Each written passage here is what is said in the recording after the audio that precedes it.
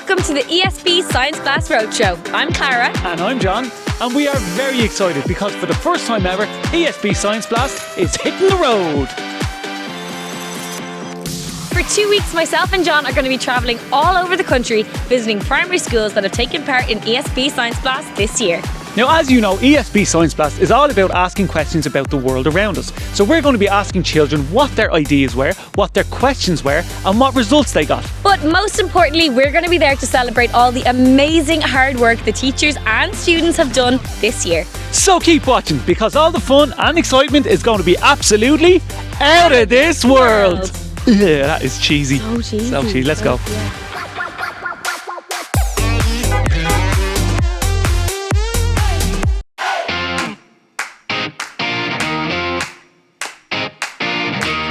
We are kicking off the ESB Science Blast Roadshow here at St Mary's National School, Woodside, where there is lots of science going on behind those walls. The kids are investigating apples, coins, shoes and plants. So let's go in and see what's going on.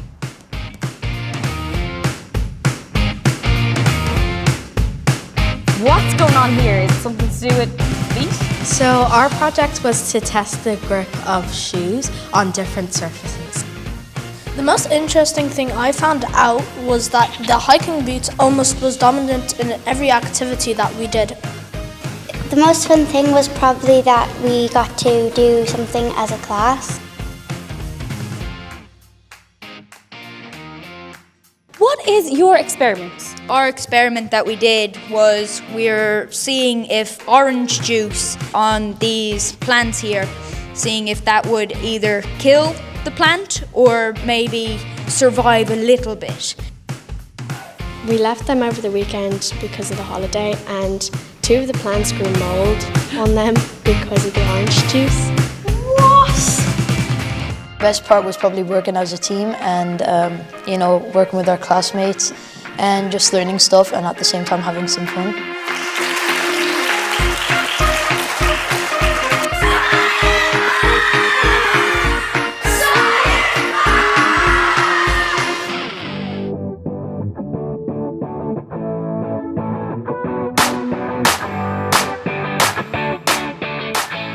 Day 2 here on the ESB Science Blast Roadshow, and I'm at Castle Park School, where I heard there's lots of tasty science going on right inside. So let's go and see what they've been up to.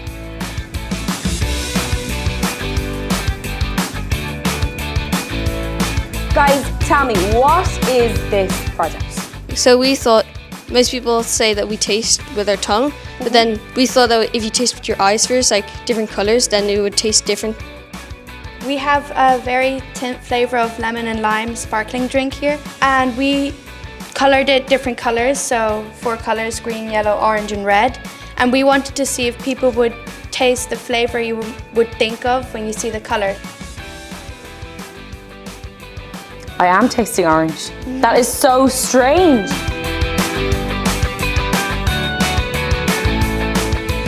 I think everyone's heard the expression like as useless as a chocolate teapot, and we wanted to see if that's actually true or not. We did like a few different ways of making it because some of them didn't work. So first we used like a balloon and we dipped that in chocolate, but then that kept on popping and then the chocolate kept on going everywhere. So that didn't work. Okay, let's go. Okay, so far so good. The balloon has moved, so that will not help it anymore. Whoa! Okay, so maybe a chocolate teapot is pretty useless. But you only have to come to a school as a judge and look in the kids' eyes and see the lights in their eyes to understand how science is brought to life for them through the experiments they're doing. Both experiments concluded in the way you'd instinctively, intuitively think they would conclude. But the way they got to the answer was by going through research, both offline research, online research and experimentation. All that brought together to result in conclusions that we all agree with.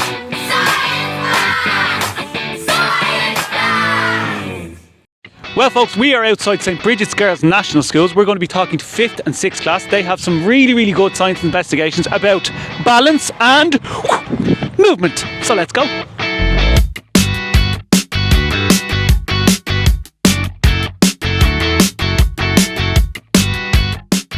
What is your scientific question and what exactly are we doing here? Does the length of your limbs affect like how you run or jump or throw or? Each of our tables would do a race against each other, and then we would time each one, and then whoever was the fastest out of the whole class. Our prediction was that we thought the people with the longest limbs would be like the best at like kicking and running and like throwing and like jumping and stuff, but it wasn't. So based on that, you can discover that body type or length has nothing to do with how fast you can actually travel. Yeah. What factors affect our balance? Our prediction was we thought shoe sizes and distractions would affect our balance. We didn't think the height would, and we didn't know if the flexibility or your ear side was. So we would test your balance and see if you could get up to 4 minutes. We'd do your height, so you'd stand against the wall, and we'd get your shoe size, and then with your flexibility. I think the girls really enjoyed it and they learned a lot, which is the main thing. And as you were saying, you know, girls in STEM and everything, it's very important to kind of inspire a little bit of interest in science at this age, and they all did an amazing job with their project.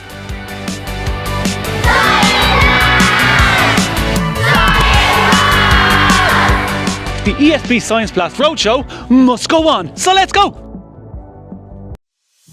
Well folks, our next stop is right here in Skullkiron. They've had a great idea about how to make organic pesticides to help them grow onions. So let's see how they got on.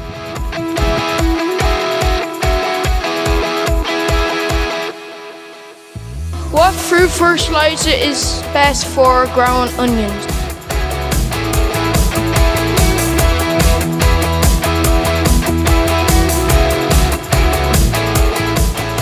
Last year we did an environmental investigation, so I thought why not do another one, and we have a school garden, so I thought why not get out. We're learning all about Japan and its climate, so then we found out that Japanese onions, they can grow in the Japanese climate. They have a similar climate in part of their country to Ireland, so it just worked out perfectly, and it meant we could use the garden during the winter because you don't generally use the garden. We all started realising the fertiliser was working every week. They got more excited about drinking their smoothies and soaking our peels and blending. And all across the school, they're all interested in what's happening.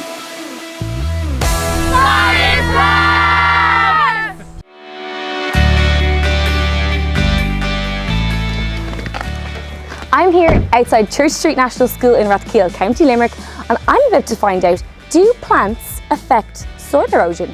Let's go in and find out what the kids have been up to.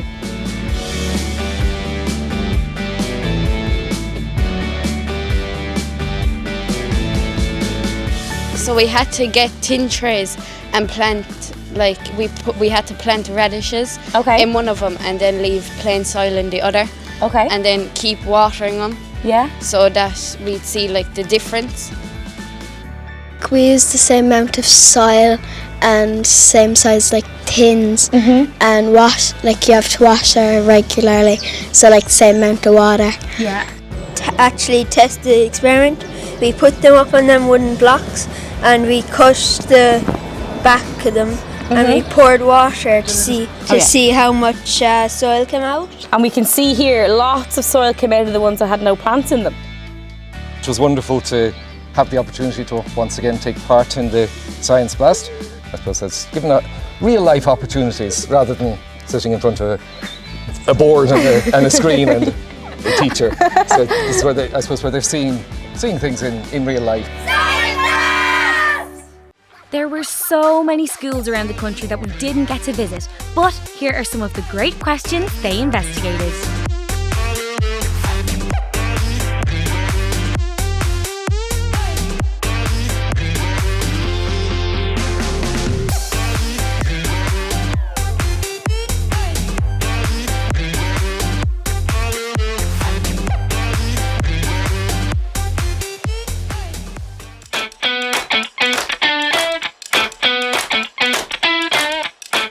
It's day 4 of the ESB Science Blast Roadshow and I'm here in County Clare at Partine National School. Let the camera see the action. Let the camera see the action. What is the question of your investigation? How does ballast on a boat work?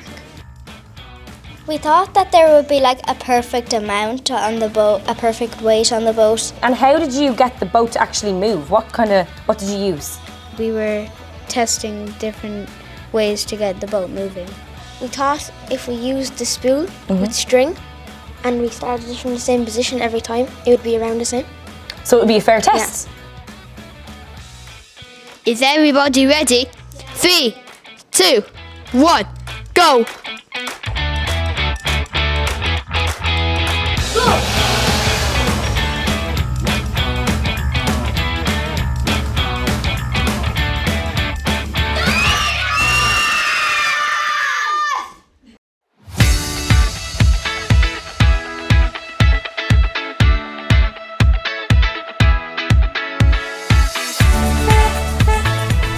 The ESB Science Blast Roadshow continues, and we are here in County Donegal outside Kilkenny National School. Right, so tell me, what is the question of your investigation? Can a plant grow in artificial light? So what's this behind me, Grania? What's going on here? Well, it's the box of the experiment that got the artificial light, no sunlight. Tell me, what's on these charts? What did you measure and how did you measure it? So there's the control plant, and then every day there would be 2 people who go up and water them and measure them, and then we'd write it down in the chart. Can we peek inside? Yeah. Can we? It's time. Oh, wow. I don't know about you, Clara. I was not expecting that. The one in the box was more pale because it didn't have that much chlorophyll, and that's what makes it green. Science Blast! The roadshow continues.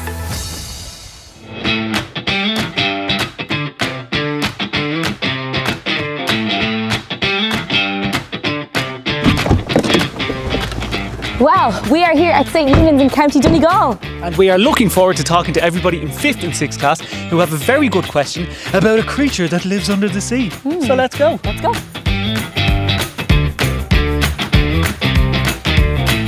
Cool facts about squids. That is really cool. The giant squid has the biggest eyes in the animal kingdom. False. No, it's true. It's a fact. Squids are cephalopods, which means they only have a head and a foot, and they have no torso.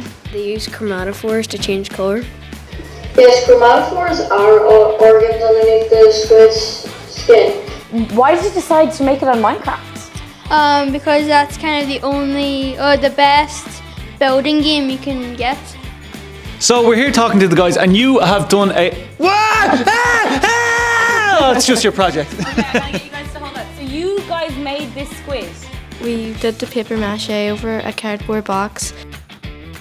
All of the parts of the squid are labelled here, so talk me through them. They have the fins on the top of their heads to steer themselves, and then it's connected to the mantle. The pupil of the squid's eyes are like a circle, whereas humans are an oval.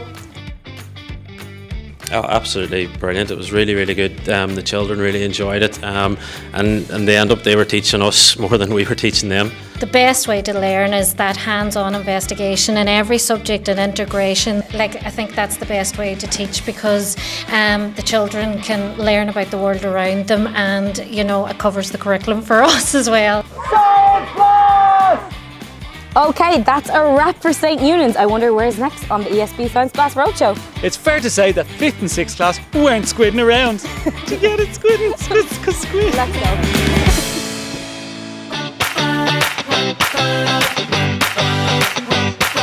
I'm here at Skullkiron in Castledermot, County Kildare, and we're about to find out how ink was made in the past. There's lots of really cool science happening right behind me, so let's go and chat to the 6th class. We were looking at how ink was made, and our predictions were that it was made from soot and natural things. What was the first thing you had to do after you came up with the question? First we had to collect everything. We've got ivy berries that are there, we've got bark, we've got moss, and then we've got leaves and pine cones, and basically we just smashed them all together to get it, and then we boiled them. So Luke is going to chat us through what's on the board. This looks like some really cool artwork. These ones, we actually use CDs and we etched our designs onto CDs beforehand. Okay. And then we used kind of like inky kind of paints. Mr. Murphy, what was the best part of this for your class? Well, what you've heard before, they were working together, I suppose, mashing up the stuff. But to see them working together and see them collaborating and enjoying it, you know, everyone got involved, absolutely everyone, and they were invested in it, and everyone was interested.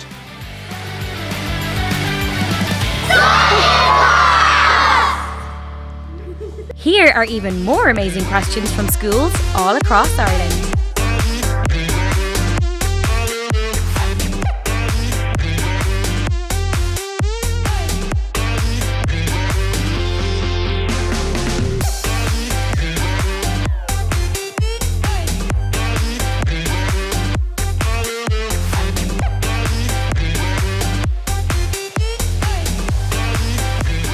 Now, let's get back on the road and see what the rest of you are going to teach me next.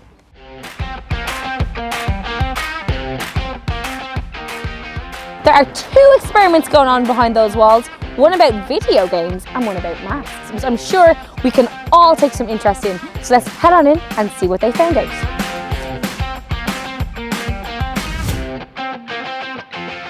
Our project's about the effects of gaming on our well-being. How are you going to do it? Well, we made this bar graph of the hours that we spent playing online and sleep. Everybody was online more than they were active every single week. Does video gaming affect your well-being? Could affect your well-being. And what was the best part for you? Probably just understanding more about it and not just, you know, the straight up no, trying to get, you know, it's both of them and like it's both. Yeah. It's good and bad. Some games can be good for you if they're not violent. It's actually, I think I've taught me how to be more social with my friends. Video games have an effect on our well-being. I wouldn't think, oh, that's a science question. Video games is a normal topic to talk about. So if you dig deep enough, like every question has a science root. Exactly. Science class! Right, so tell me, what is your project on? It's on about which mask works best. The first step was getting all the stuff and like what stuff did you have to get? Bread, plastic bags and masks. Hang on, you had to get bread? Yeah. We washed our hands in dirty water, we filled it with a spray bottle and we put like the disposable mask on bread, fabric mask and surgical, and we sprayed the dirty water like it's germs coming out of your mouth.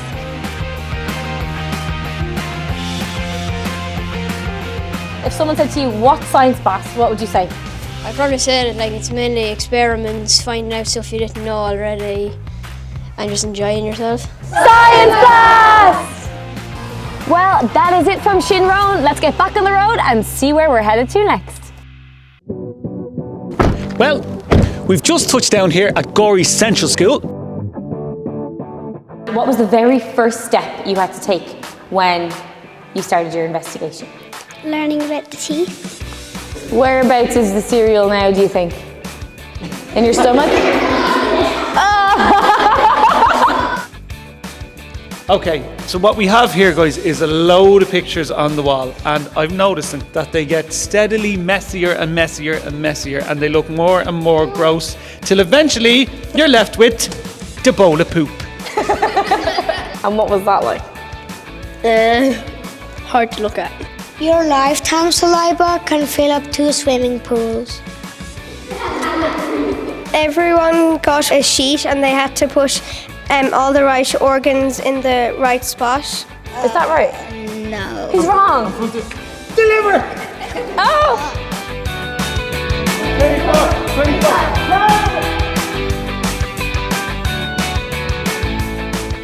I asked them a question the other day who would be interested in being a scientist in the future, and a lot of them put their hands up. Some of them are hesitant. I think that's very honest. But we asked them then who is more interested in science after doing the Science Blast, and I think everybody had their hands up then, didn't you?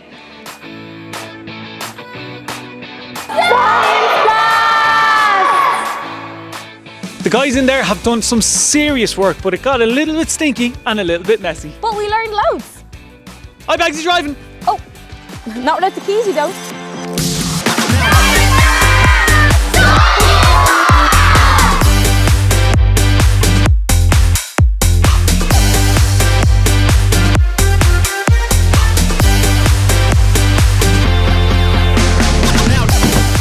And that's a wrap. We've had an amazing 2 weeks travelling around the country and seeing all the amazing hard work all the schools have put into ESB Science Blast. We hope that everybody who's been involved with ESB Science Blast has had as much fun as we have. From all of us here at the RDS, we'd like to say a big thank you to all of our sponsors, especially our main sponsor, ESB, who help us every year to make ESB Science Blast happen. But for now, we have to say our goodbyes and hopefully we'll see you very soon next year. Bye! Bye!